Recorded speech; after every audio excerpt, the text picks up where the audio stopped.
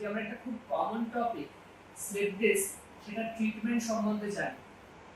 ট্রিটমেন্টে তিনটে পার্ট থাকে। প্রথম হচ্ছে রেস্ট, ওষুধ এবং ফিজিক্যাল থেরাপি। সেটাতে 90% রোগ ভালো হয়ে যায়। সেটা যদি ভালো না হয় এবং যদি স্লিপ ডিস্কের পরিমাণ খুব বেশি হয় এবং তার সাথে যদি ব্যথা এবং পেশেন্টের পায়ে যদি দুর্বলতা তৈরি হয়, মানে ধরুন যে নার্ভটায় চাপ পড়েছে সেই নার্ভটা ভালোভাবে কাজ করছে না, তখন আপনার জন্য সার্জারি করা আবশ্যক হয়ে পড়ে। কিন্তু ভয় পাওয়ার কিছু নেই। আজকালকার দিনে স্পাইন সার্জারিতে টেকনোলজি এবং স্কিলের অ্যাডভান্সমেন্টের জন্য মিনিমালি ইনভেসিভ স্পাইন সার্জারি এসে গেছে, যেখানে আপনার লেস দেন 1 ইঞ্চ কেটে আপনার সিমটম একদিনে সম্পূর্ণ নিরাময় করা পসিবল।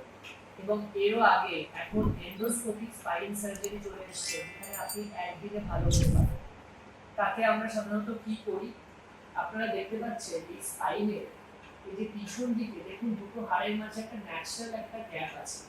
সেই গ্যাপ দিয়ে আমরা আমাদের এন্ডোস্কোপ বা ক্যামেরাটা ঢুকিয়ে যেখানে নার্ভটা আছে সেটাকে ফ্রি করা হয় এবং অফেন্ডিং ডিস্ক মানে যে ডিস্কটা সমস্যা দিচ্ছে সেই ডিস্কটাকে রিমুভ করে দিলে ইমিডিয়েটলি অপারেশনের পরে আপনার ব্যথা ভালো হয়ে যেতে পারে।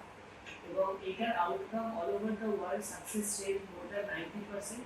তাই নির্ভয়ে আপনারা আপনার স্পাইন সার্জনের পরামর্শ নিন এবং তার অ্যাডভাইস ফলো করুন এবং আপনারা দ্রুত সুস্থতার দিকে এগিয়ে যান।